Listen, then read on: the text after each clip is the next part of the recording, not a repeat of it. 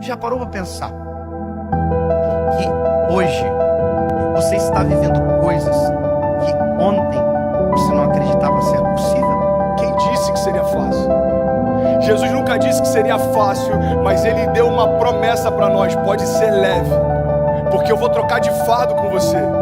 Eu já troquei de lugar com você na cruz, então aquilo que você merecia receber, eu já recebi. E aquilo que eu merecia por parte do meu Pai, eu entreguei para vocês.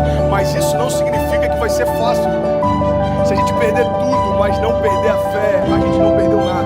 Porque a fé é a chave que move o sobrenatural. A fé é aquilo que faz com que alguém que não tem nada aos olhos dos homens viva como alguém que já recebeu tudo aos olhos de Deus. Eu não me movo mais por aquilo que eu vejo, mas eu me movo por aquilo que eu creio. Se você se agarrar à fé que Deus depositou em você, nada vai ser impossível para você. Quem sabe não seja a hora de você crer no Deus que te respondeu hoje, quando ontem era impossível, e acreditar que amanhã Ele será presente na sua história e vai responder a sua oração.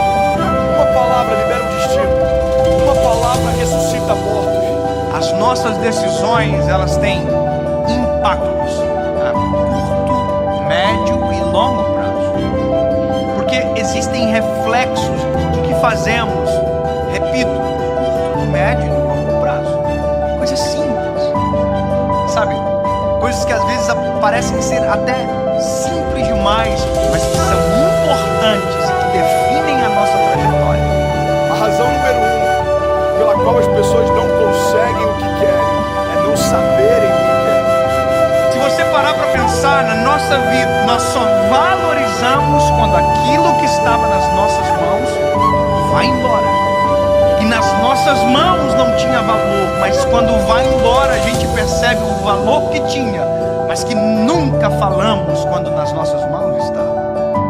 Nós não olhamos com um olhar sensível para aquilo que temos, para o que somos. Nós precisamos de dor, nós precisamos de perda para verbalizar coisas que os nossos sentimentos ocultam, às vezes até mesmo de nós. Por que você murmurava ao invés de você declarar aquilo que você desejava ver? A fé não é a gente constatar o que está acontecendo, é a gente declarar o que vai acontecer. Então, ao invés da gente ficar murmurando, entenda isso em nome de Jesus, começa a declarar por fé as realidades ao teu redor e elas vão ser transformadas. Aquilo que poderia ser um ponto de tensão na minha casa se tornou um pilar de sustentação na minha casa. Por quê? Porque não tem a ver com aquilo que me cerca, mas como eu enxergo aquilo que me cerca. E é por isso que eu quero te convidar em nome de Jesus a entender, cara, a razão pela qual a gente não vive muitas coisas é que a gente não sabe para onde a gente quer ir. Às vezes você já está num lugar onde um dia você sonhou que esse lugar traria para você plenitude. Aí agora você já está ansioso com um novo futuro. Aí quando o futuro chega, você já está ansioso com um novo futuro. Sabe uma das coisas que eu mais tenho visto na minha geração? Quando aquilo que um dia era futuro se torna presente, ele está encontrando a gente ausente. Porque a gente já está sonhando com um novo futuro desejado.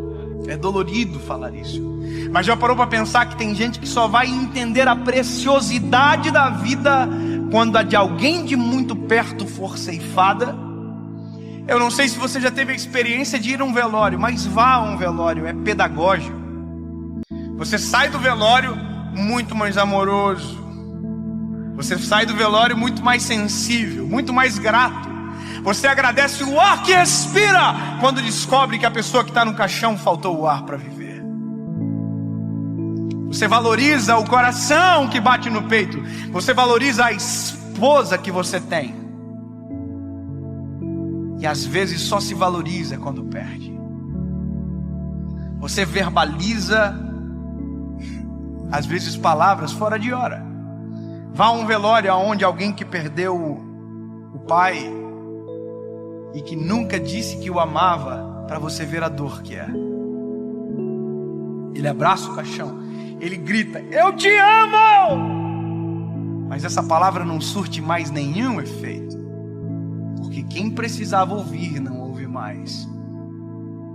Porque tem coisas que só valem enquanto há tempo, fora de tempo não vale mais. O seu posicionamento define os seus limites. Sabe, isso está ligado à tua fé, isso está ligado à tua família, isso está ligado ao teu chamado. O teu posicionamento define os seus limites. Tem milagres que você está esperando que aconteçam, mas você não deu os primeiros passos de fé para que eles se realizem. Tem romper que você está esperando que se manifeste, mas você ainda não deu os primeiros passos de fé para que ele aconteça. Tem momentos, irmão, que a gente está clamando para que Deus mande a chuva, mas a gente nem preparou a terra ainda. E Deus está falando: ei, se eu mandar a chuva do jeito que os campos estão, eu vou destruir a tua plantação, eu não vou te abençoar com isso. É Deus falando: ei, se prepara para receber aquilo que eu quero derramar, se prepara para receber aquilo que eu vou derramar sobre você. Você precisa se posicionar na direção do teu milagre. Nós não podemos deixar a nossa vida chegar a um momento aonde as esperanças não existem mais, porque aquilo que era para ter sido um tempo, perdeu-se o tempo. Perder para valorizar. Nós não precisamos disso. Nós não precisamos, deixar ir embora para perceber a importância que tinha quando estava perto. Alguém que não é rei ainda, mas já se porta como tal, está preparado para assumir o trono. Você quer um exemplo claro? Deus unge Davi. Davi era improvável, Davi era desconhecido, Davi até para o seu pai e para os seus irmãos era invisível, mas a partir daquele dia, aos olhos de Deus, Davi já estava no trono.